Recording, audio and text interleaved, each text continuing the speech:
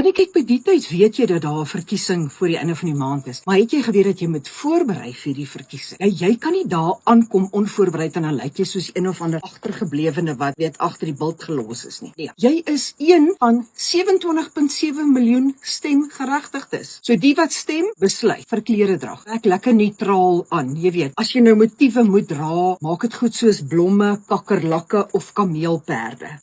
Waar bly jy? Jy bly stil. Dis soos wanneer jy in die bank is of soos wanneer jy by 'n openbare toilet uitstap en jou boude het ten dode gebeur. Dis so stil jy dan bly. Jy wil nie daaroor praat nie. As jy voel jy wil 'n hoofbedekking aansit, in geval jy dalk in die son staan en jy kies 'n berei, let op.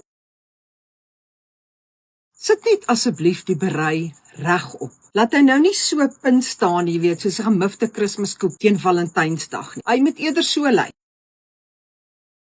Hy moet so na die kant toe lê soos 'n dronk ou teen 'n polisievan aan lê. En onthou as jy hom afhaal, lyk jou hare baie septies. So dink baie mooi of jy 'n berei wil opsit. Ek sou sê, wees eerder soos 'n hommelbytjie. Jy hang in die koek, maar jy steek nie mee. So jy steek nie praatjies onnodiglik op met mense om jou nie. So gaan om te stem, maar dit beteken nie jy hoef jou stem te gebruik om kletsies te maak met almal daar om jou nie. As jy nou voel jy moet praat, veilige onderwerpe, hoe om jou skoonmaak, oor warm sand op die strand te dra, 101 maniere om nie oogkontak te maak met nudiste in die gym se sauna nie. Sulke oppervlakkige, maar tog insiggewende praatjies. As jy voel jy wil padkos vat, moet nou nie iets vat wat konflik kan veroorsaak of as 'n wapen kan lyk nie. Ek sou voorstel 'n piesang eerder as 'n wortel. 'n Piesang is stompgeweld. 'n Wortel, daai is my uitlokkend. Dan sal ek voorstel wat eerder droë vrugte as droë wors. 'n Stemlokaal is nie die plek om te brek. Jy weet, want wie loop nou met droë wors rond?